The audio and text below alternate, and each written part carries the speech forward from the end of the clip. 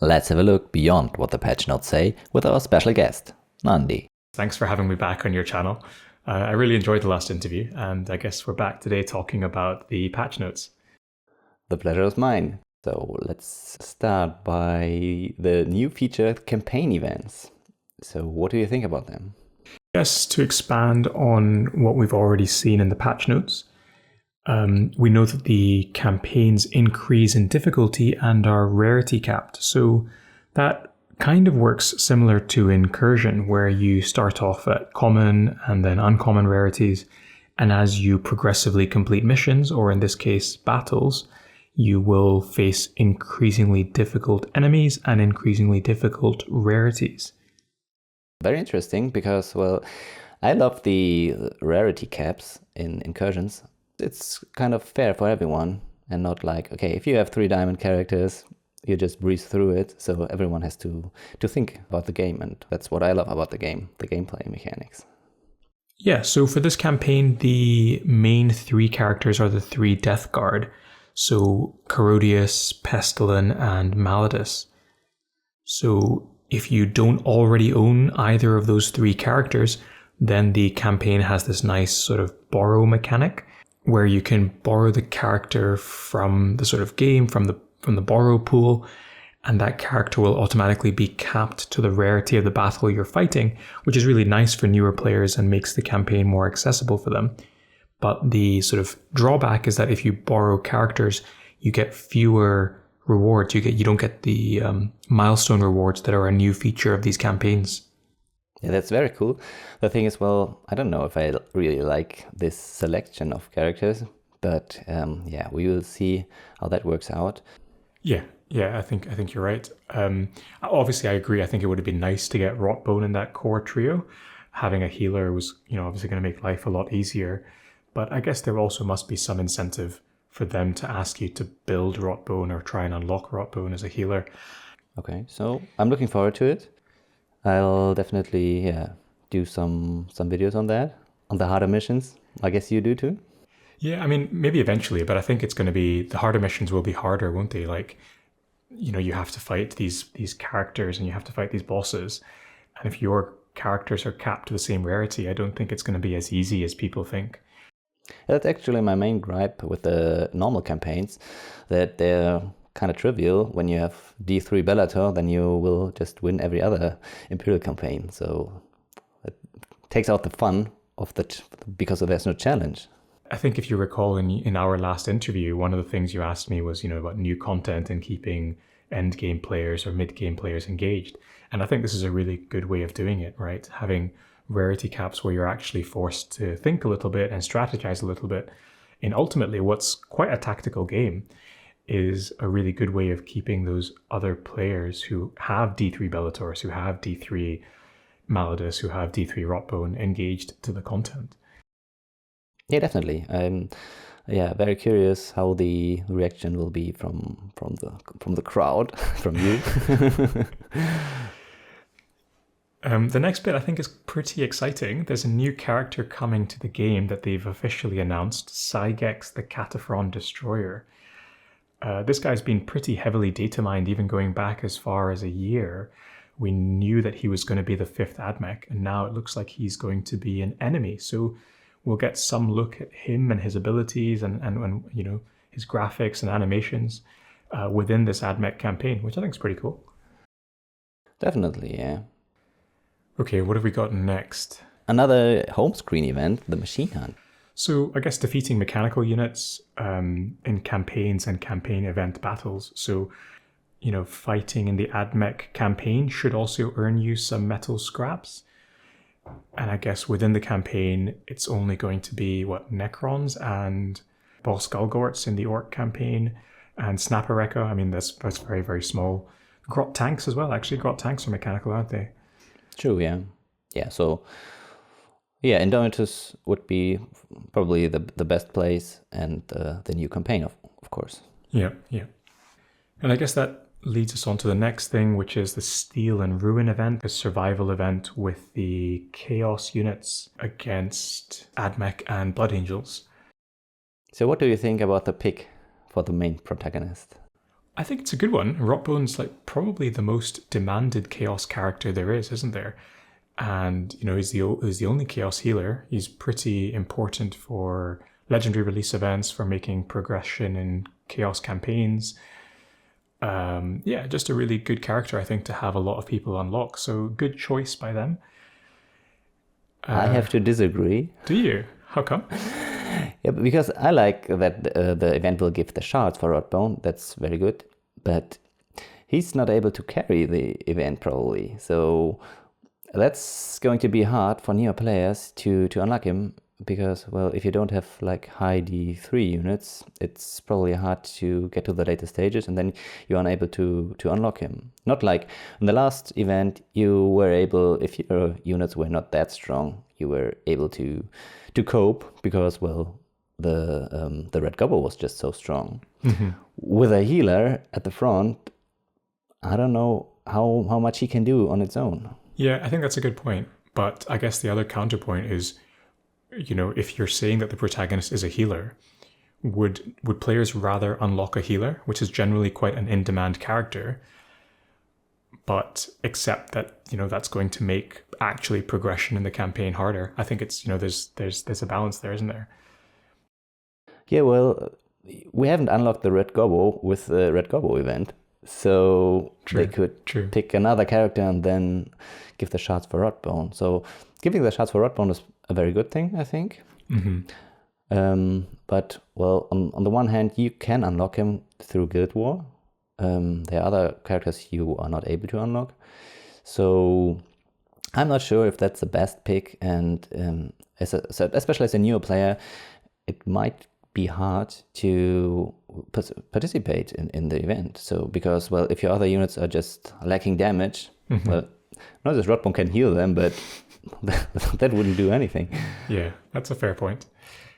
Talking about other characters, so what do you think? What characters would be best? Yeah. So I think Herodias is going to do really well because he gives everyone a movement speed aura, and the Poxwalker summons are going to be invaluable at killing enemies. The Poxwalkers will self-replicate against the Blood Angels enemies, but because there are going to be some AdMech enemies, they are not going to self-replicate against the AdMechs. And obviously, by now we have some information about who the enemies are going to be for the AdMechs. And in particular, this NPC that causes your units to have a suppressed effect is going to be a real pain, because as it is, Chaos units are quite slow. Generally, you have a lot of core units with movement speeds of 2. And, if, for example, Rotbone, who has a movement of 2, gets suppressed, then your core protagonist character now has a movement speed of 1, and that just feels awful. So the nice thing is that the map is a little bit smaller this time around, so it's not as bad, but you really, really need Herodias to offset that suppression from movements of 1 to movements of 2. And I guess the other progression of that question is who else will be good apart from Herodias? Well, Terminators, I think, will be good because they can't be suppressed. The Terminator armor trait says they can't be suppressed, so people like Maladus and Rask will be good there. What about the 6 main protagonists for the Chaos campaigns? I wondered about Harkin, because Harkin has that flying effect and also has a good movement speed, so that kind of helps you reach around the map, pick up power-ups. Maybe anyone from the Thousand Suns? I don't see Thousand Suns being very good here, do you? What do you think about Abraxas? I guess Abraxas might be okay, especially if he picks up one of the ability refresh power-ups, but I think you'd rather give those ability refresh power-ups to Herodias.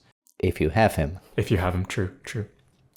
I also wonder about Pestilin, actually, because Pestilin has been reworked now, and Pestilin gives adjacent Chaos units this, bonus attack, bonus damage. And these enemies also, these AdMech enemies also have the Resilient trait, which can be quite annoying, leaving an enemy at 1 health. Whereas if you get that bonus blast damage, that's a very nice way of overcoming Resilient. So I think there's a couple of options. I think people will find it's, a little bit annoying, especially when your units are slowed down to movement speeds of 1. But we just need to bear that in mind, I guess. Yeah, we'll see how that works out. Yeah. Honestly, when I was testing this campaign and I was having my protagonist reduced to movement speeds of 1, it just felt so bad. Let's see how that works out. Yep. So there's a new collectible character, Isaak Starn. I guess you are going to produce a video for him? Yeah, I think so. I think this guy's going to be the most important Genestealer cult character for the entire faction. He ties them together in a way that the faction really needed, right? And he's got this ability to create 8 decoys on the map with his active ability, and it's just unbelievable. I think this guy's going to be really, really important to the Genestealer cult team. So really excited about him. Yeah, and it's nice that he's not an LRE character, so everyone's able to farm him. Yeah, exactly. And yeah, I mean, we'll go over him in our showcases, but this guy's going to be the glue that holds the team together. So if you're looking to build a Genestealer cult team, you're going to want to save your energy for this hero release event. So the next one is going to be interesting too, the new guild boss, Belisarius Cawl. I mean, everyone gets spoiled a little with the loading screen, but now the boss is there.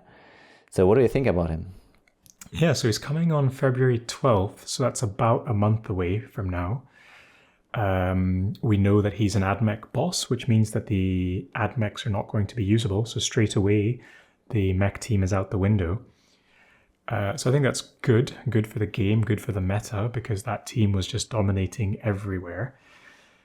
It was a really smart pick, yeah, that they chose to use a Adeptus Mechanicus raid boss, so you can't bring them there. Yeah. Yeah, so I think he's good. He's going to be a fun boss to fight.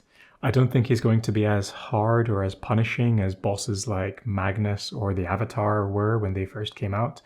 I think the gameplay is going to be a little simpler, but not as simple as, fighting against a Turvigon or a Hive Tyrant. But yeah, fun boss, I think. And we'll ask you to go back to more traditional raid teams rather than the mech team. Yeah, I think the upcoming quest events are interesting to you. One for Nicodemus, and then we have Nauseous Rotbone. Nauseous Rotbone is just all over the place. Yeah. I think they recognize that new players tend to like healer characters, right? Because they help you progress the game very easily.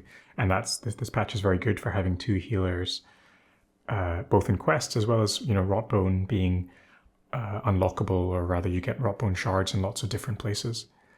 But that's going to be interesting too, especially like for newer players and for me, since I try to go as far as possible with iron and silver units. And again, we have healers as main protagonists for both these quests, so it's going to be interesting if that's going to work out. Yeah, that's a good point, actually. There was one bit in the improvements section that I thought was important, or rather useful to point out. So it now says that Scarab swarms are no longer have the summon trait in Indomitus, and I think that's a nice improvement, because if we go back earlier when we talked about killing mechanical units, so killing mechanical summons previously never gave you points towards progression. Killing Scarab swarms in Indomitus now should count towards progress in that home screen event. Yeah, so that's a good news. So it's even more rewarding to play the Indomitus campaign for the event. Yeah. There's one other thing that I think may slip under the radar for some people that I think is actually going to be a massive, massive change. So if you go under the battle section of the patch notes, it says abilities and effects that add hits without a specified damage type, like Astartes Banner, brackets Ancient Thoriad, now affect attacks from abilities. I think that's huge. And I think that's huge because now, particularly Ancient Thoriad, works really well with Exeter Row. So Exeter Row, you know that a lot of the damage for the character comes from out of turn damage, right? So, another mechanical unit attacks, then Exeter Row attacks, and you can get, 10, 12, 15 triggers of Exeter Row every turn. But now each of those triggers can potentially also do an extra hit, and that's massive. Big news. It means that, Ancient Thoriad is now potentially viable in the mech team. I love that he's a farmable character. That's awesome. Yeah, so, again, newer players have more access to him. But yeah, just a really strong buff that might have slipped under the radar, but also fits into the top raid team. So I think it's worth mentioning. True. And I also like the overkilling ammo grots and ammo boxes in Salvage no longer results in losing out on loot. Because, I mean, that bothered me all the time, so you always have to unequip your characters so they don't crit and do the overkilling. That was kind of a strange, silly thing. So, I mean, I know you're not playing the Salvage runs anyway, but but for the other players, it's fine that they, well, can just skim through it even faster now. So orcs are back. What do you think about that? Yeah, good. I think orcs are pretty fun to play with. It'll be interesting to see who is better between the orcs and the Blood Angels, because I think the Blood Angels are very good now as well, with Nicodemus in the mix. I think those will probably be the top 2 best factions.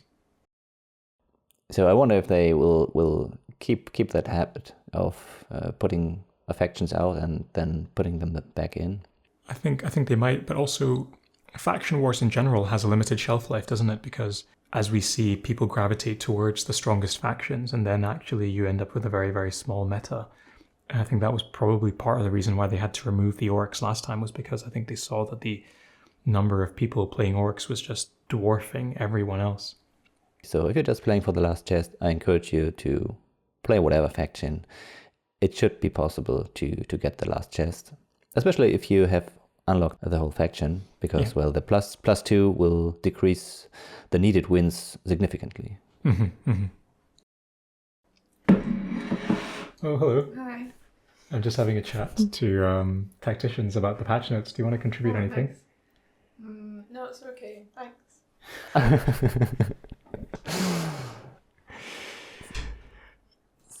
Sorry, that was my wife. You can leave that in if you want. I don't mind.